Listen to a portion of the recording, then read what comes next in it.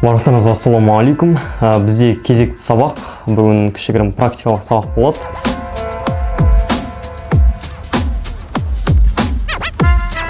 Алдағы өткен сабақтарда біз именно брокер жайлы айтқан болатынбыз. Жалпы сауданы қалай жасаймыз, қалай сделка ашамыз.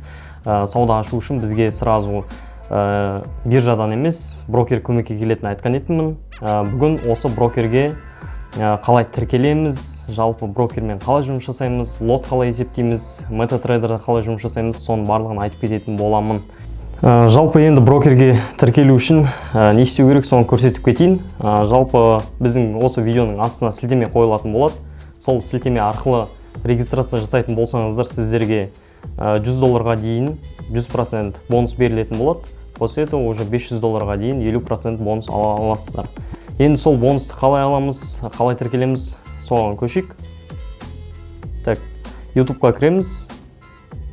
YouTube-ға кірген кезде бізде сілтеме тұрады. Осы сілтеме арқылы өтеміз.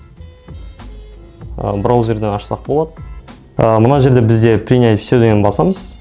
После этого осыны бетке алып келеді. Жалпы страна бізде өзіміз Қазақстанда тұрғаннан Қазақстан таңдаймыз. Астына почтаға өздеріңіздің рабочий почталарыңызды жазасыздар. Себебі бізде не келу керек? Подтверждение келу керек. Так, почтаны жазамыз. Скопировать етіп, осы жерге вставить етесіңіздер болады. Және де парольға келетін болсақ, бізде парольді сіздер өздеріңіз ұмытып қалмайтындай пароль жазасыздар. Өзінің мына жақта критериялар бар. И после этого уже парольді бір жерге жазып қойсаңыздар болады. Себебі ұмытып қалатын болсаңыздар, дальше кіруге возможность болмай қалады. Давайте білетін паролімізді жазайық. Так, мен пароль жаздым. Сохранить етіп қойсаңыздар да болады. Жалпы астында бізде галочка қоятын орын тұр. Ол жерге галочка қойсаңыздар да болады, қоймасаңыздар да болады. Қоятын болсаңыздар, сіздерге жаңадан келіп жатқан жаңалықтар болса, сол нәрселер почтаға уведомление болып келіп отыратын болады. Мен примерінде мен галочканы қоймаймын. Дальше регистрацияны басамыз. Бізде почта тіркелді. Енді почтаға кіреміз, почтаға сообщение келу керек. Вот, мен мына жерде бізде почтаға сообщение келді. Подтвердить почту. И мына жерде принять все деген басамыз. Так, біз кірдік. Енді бізге дальше осы біздің брокердің приложениясын скачать етіп алу керек. И сол жақтан уже ыңғайлырақ болатын болады. Ол үшін біз не істейміз? Егер сіздерде Android болатын болса, Play Market'тен кіріп XM деп брокердің атын жазып, сол жерден скачать етіп аласыздар. Немесе егерде Apple компаниясының телефоны болатын болса, ол жерде уже біз App Store-ға кіреміз. App Store-ға кіреміз, App Store-ға XM деп жазамыз. XM брокер деп шығады. Так, бізде App Store-дан скачать еткен екен осындай бетке алып келеді. Біз регистрация жасап қойғаннан кейін мына жерде войти дегенді басамыз. После этого регистрация жасаған кездегі почтамен парольді осы жерге жазатын боламыз. Почтаны скопировать етеміз, вставить етеміз. После этого бағанағы жазған пароль жазамыз. Все, жаздық. Енді бізге қазір 6 сандық код келу керек почтамызға. Сол кодты осы жерге жазатын боламыз. Все, после этого галочканы басамыз и верификация. Мына жерге өздеріңіз 6 сандық код қойсаңыздар болады. Бізде все болды, аккаунтымызға кірді. Дальше уже осы жерге қалай біз қазір бонус аламыз, қалай ақша саламыз, және де қалай біз MetaTrader'ға ауысып, сол жақта торговля жасап, лот есептеу барлығын көрсететін боламын. Так, енді ары қарай біздегі аккаунтта верификация жасайық. После этого қалай ақша саламыз, қалай 100% бонус саламыз, сол жағын көрсетіп кетейін. Және дальше ары қарай уже MetaTrader 5-ке жалғаймыз, сол жақта уже лотты ашып есептеп көрсететін боламын. Бірінші астында көрсетіліп тұрған мына жерге назар аударсаңыздар, верификациядан кейін 100% бонус алу деп көрсетіліп тұр. Осының үстінен басамыз. Дальше сіздерге телефон номерлеріңізді жазу керек болады. Так, вот номер жаздық. Енді бізге код келу керек. Вот код келді. После этого подтвердить деген басамыз. Дальше бізге ары қарай атымызды, фамилия барлығын жазу керек, туған күнімізді. Жалпы біз адрес жаңа сұраған информацияларды жаздық. После этого далее басамыз. Бастық. Енді бізге керек нәрсе ол біздің удостоверение, немесе паспорт, немесе водительский права, вот соны не істеуіміз керек, прикрепить етуіміз керек. Жалпы бізге осындай бетке алып келеді. Астында галочканы басамыз, начать дегенді басамыз. Разрешить. Енді бізге керегі жаңағы 3 документтің біреуін сканерден өткізу. Менің примерімде мен паспортты өткізетін боламын. Сіздер удостоверение өткізе берсеңіздер болады. Так, жалпы біз паспортты тіркедік, енді бізге проверка лица, то есть видео арқылы проверкадан өтетін боласыздар. Так, Face ID-ге өттік, енді бізге керегі документті осы жерге прикрепить ету. Ол үшін біз не істейміз? Біз Каспий арқылы өтеміз, госуслугаға өтеміз, сол жақтан справкадан психодиспансерді алып прикрепить етсек болады. Так, жалпы біз бағанағы сұраған документті прикрепить еттік, и бізде уже ашылды. Енді подтверждение болған қалай көреміз? Оң жақ беттегі адамның суретін басамыз, осы жерде сіздерде верификация подтверждение деп жазылып тұру керек. Біздің примерде жазылып тұр, уже подтверждение болды. Енді дальше біз ақшаны қалай саламыз, және де бонусты қалай аламыз, сол жағын көрсетіп кетейін. Ол үшін біз не істейміз? Астындағы бағана көрсетіп тұрған 100% бонус деген басамыз. Дальше бізде ақша салудың способтары тұр. Мына жерде Apple Pay'мен салсаңыздар болады, крипто арқылы салсаңыздар болады, немесе уже карта арқылы салсаңыздар болады. Және де басқа да тағы түрлері бар. Binance Pay деген сияқты. Біздің примерде біз картаны таңдайтын боламыз. Дальше бізге осы жерге салатын сумманы жазуымыз керек. Сумма бізде минимально $100 салайық. $100 саламыз. Дальше пополнить дегенді басамыз. Подтвердить дегенді басамыз. Так, дальше жалғастырайық. Мына жерге біз картаға данный жазу керек. Яғни бағанаға айтып кететін нәрсе, бұл жерге сіздер не только $100, басқа да суммаларды сала берсеңіздер болады.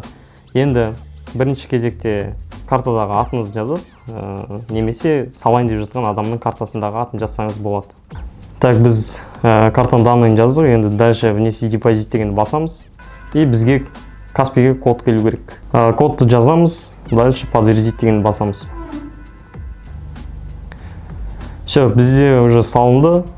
Дальше кеттік. Мына счета деген басамыз. Вот, мына жерде бізде уже главный бетте, вот көріп отырсаңыздар, біз $100 салдық, және де бізге 100% бонус берілді. Яғни бізде уже депозитімізде $200 депозит болды. Бір ескеретін жағдай, бұл жерде сіз алған бонусы шешіп ала алмайсыз, бірақ сізге осылай бонус арқылы кішкене депозитіңізге ақша қосылады, сол арқылы табылған табысты шешіп алатын боласыз. Так, давайте дальше. Енді MetaTrader 5-ке қалай жалғаймыз, қалай сделка ашамыз, қалай лот есептейміз, сол жағын көрсетіп кетейін.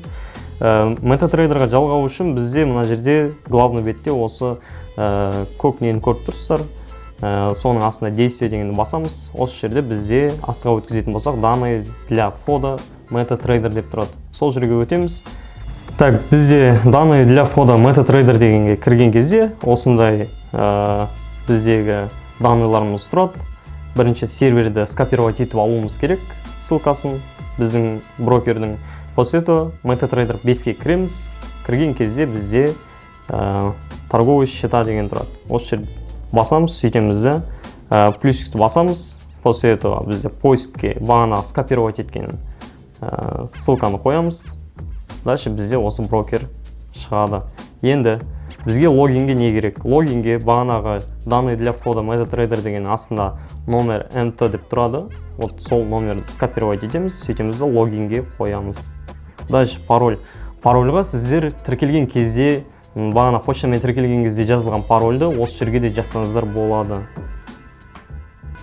Все, жазғаннан кейін принять басамыз. Бізде, вот көріп отқандарымыздай, біздің аккаунтымызда бағанаға тұрған сумма осы жерде де тұрады. Енді дальше бізде не істеу керек? Енді MT5-қа полностью обзор жасайтын боламыз. Вот қарайтын болса, бірінші бізде историяны қарайық. Историяны қарайтын болса, бізде бағана жазылған бірінші, то есть салынған $100 тұр, после этого алынған біздегі бағанағы 100% бонус тұр. Сонымен общий бізде 200% депозит тұр. Енді Торговля жасау үшін бізде котировка деген бөлімді ашамыз. Осы жерде біздегі торговля жасайтын инструменттердің барлығы бар. Қандай инструментпен жасағыларыңыз келеді? Акция бар, крипто бар, индекстер бар, валютный паралар, металдар, шикізаттар, то есть барлығы бар. Мысалға керекті инструменттерді қалай аламыз, қалай алып тастаймыз. Мысалға маған мына жердегі керек емес инструментті аламын да, мен осы жерден удалить етіп тастай саламын. Если қосатын болса, мына жерге поиск дегенді басам, поискке кіргеннен кейін бұл жерде Forex, вот көріп отқандарыңыздай крипто, тағы да басқа инструменттер тұр. Мысалы Forex-ке кірейік, стандарт, после этого экзотик, мажор паралар бар, минорный паралар бар, бізге керегі мажор паралар, соның ішінде евро, USD-ді таңдайық. Және де оның астында фунт доллар бар, швейцарский доллар, то есть USD швейцарский франк бар, после этого японский иена, тағы да басқа паралар бар. Осылай барлығын керектілерді таңдап алып қойып қойсақ болады главный бетке. Енді торговля жасау үшін не істеу керек? Керекті параның үстінен басамыз, сөйтеміз де чарт дегенді басамыз. Чарт деген басамыз, мына жерде бізде евроның чарт ашылып тұр. Қазір данный момент қандай болып жатқаны, қандай движение болып жатыр, соның барлығы тұр бұл жерде. Енді сделка ашатын болсақ, бізге не істеу керек? Біз білеміз, что бізде сделка long және де short деген позициялар бар екенін. Осы жерде бізде, например, long деген позицияны ашып көрейік. Лотты жазатын болсақ, осы жерде бізде қазір данный момент мен ешқандай анализ жасап жатқан жоқпын. Ескерте кетейін, бұл жерде біз сделка қалай ашып жатырмыз, сол жағын пример ретінде көрсетіп жатырмын. Жалпы ең аз лотты алайын, самый минимальный лот бізде 0,01, одан төмен лот жоқ, ең минимальный осы. Получается, ашатын болсақ, біз мысалға buy сделка ашайық жоғарыға лонгқа. Осы жерде buy деген кнопканы басамыз, астынан принять деген басамыз, сөйтеміз де бізде сделка ашылатын болады. Жалпы сделка ашылғаннан кейін біз не істейміз? Біз стоп және де take profit деген приказдарды қоюымыз керек. Если мен стопты қойғым келетін болса, сделка ашылған сделканы үстінен басамын, сөйтемін да осы жерде стоп және де take profit деген жазуларды көріп тұрмыз. Вот стоп лоссты басқан кезде бізде осылай өзгертсек болады стопты. Мысалға мен мына жерге қойғым келеді стопты, немесе одан төмен, немесе одан сәл жақынырақ қойсақ болады. Например, мына жерде мен 0,01 лотпен ашқан кезде стопты осы аралыққа қоятын болсам, 0,39 деген сияқты не болады? Минус болады, если мен стопқа жабылатын болсам. Егер де тейк болатын болса, тейкті мен чуть мына жаққа қойын. Если мына жерге қойғым келсе, лотқа байланысты сіздің неңіз прибыліңізді және де кететін минусыңызды өсіп отыратын болады. Жалпы мына жерге қоятын болсақ, бізде, например, 0,01 лотпен ашылғаннан кейін тейк 1,26 доллар болып тұр. Если лот өскен сайын, ол жердегі прибыльді өсетін болады. Хорошо.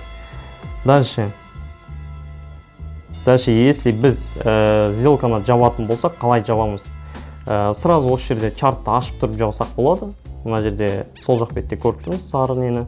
Осын закрыть деп бұлай бетіп тартатын болсақ, біздің сделка осылай жабылатын болады. Хорошо. Бұл жерде ашылған сделкалар қазір ешқандай анализ жасалмай ашылып жатыр. Тағы қайталап кетейін, сіздерге пример ретінде сделканы қалай ашып жабатынымызды көрсетіп жатырмыз.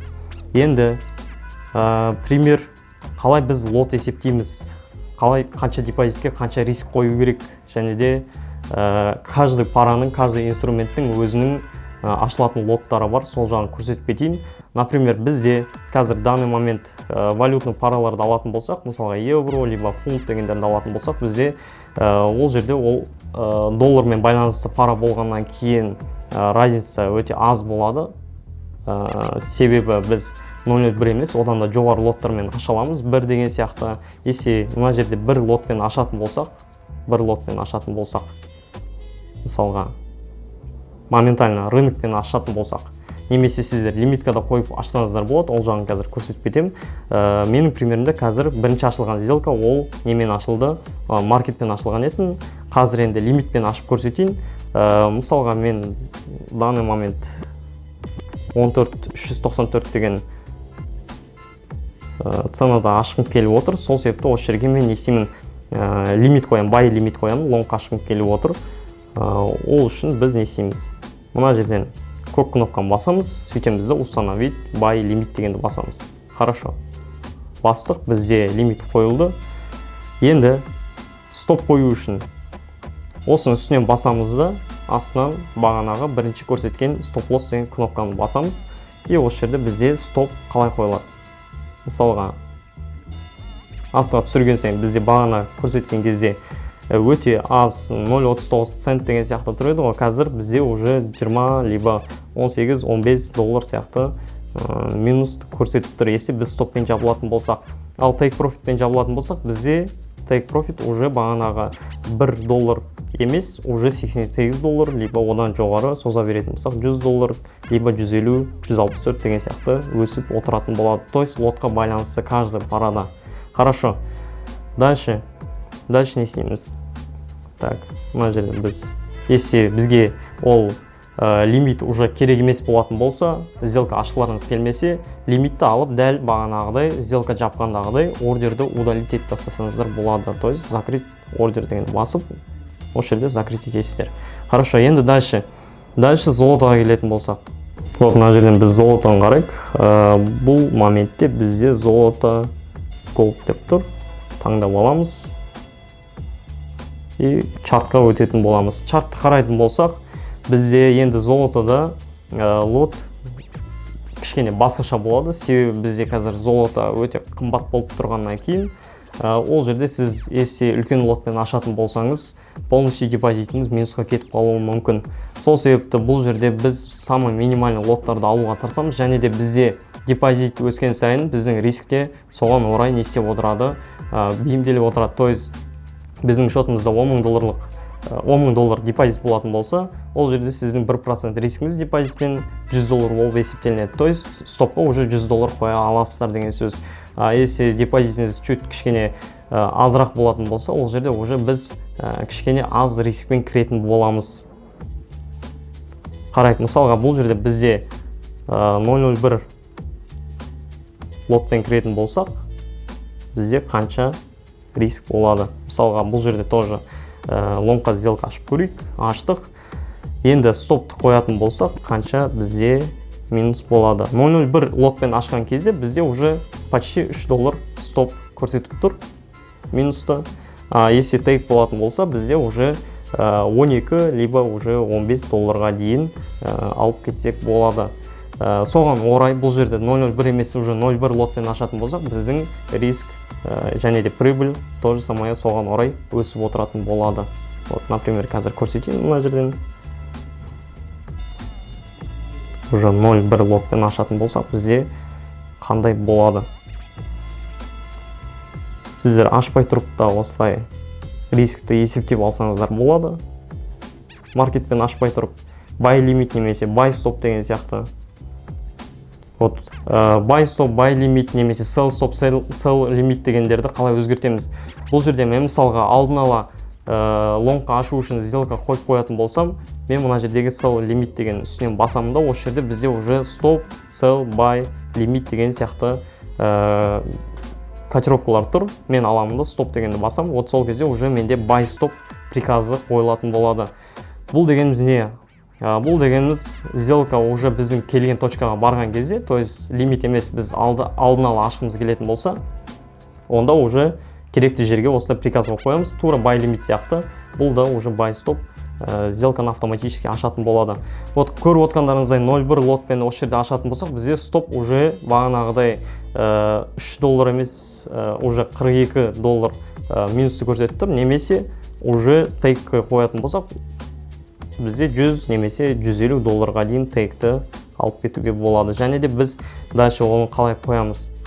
Дәл бағанағыдай ашатын сияқты мына жерде кнопканы басамыз да, установить buy stop деп басып қоямыз. Цена осы жерге келген кезде уже автоматически сделка ашылатын болады. Жалпы рискті біз осылай есептеп алсақ болады алдын ала. Және де шоттарыңыз сәл үлкенірек болатын болса, рискті де дәл солай депозитіңізге байланысты ауыстырып отырсаңыз болады. Жалпы бізде сделканы дәл осылай ашып жабамыз, MetaTrader'ды дәл осылай қолданамыз. және де сізде мына жерде депозитіңіз көрсетіп тұрады, және де мына жақта историяда ашылған сделкалар, жабылған сделкалар, вывод деген сияқты нәрселердің барлығы осы жерде көрсетілетін болады. Жалпы видео түсінікті деген үміттемін. Бір пайдалы информация берсек қуаныштымыз. Видео ұнаса лайк басып, комментарий жазып қолдап кетіңіздер. Және де подписаться етіп қойыңыздар. Барлықтарыңызға рахмет. Сау болыңыздар.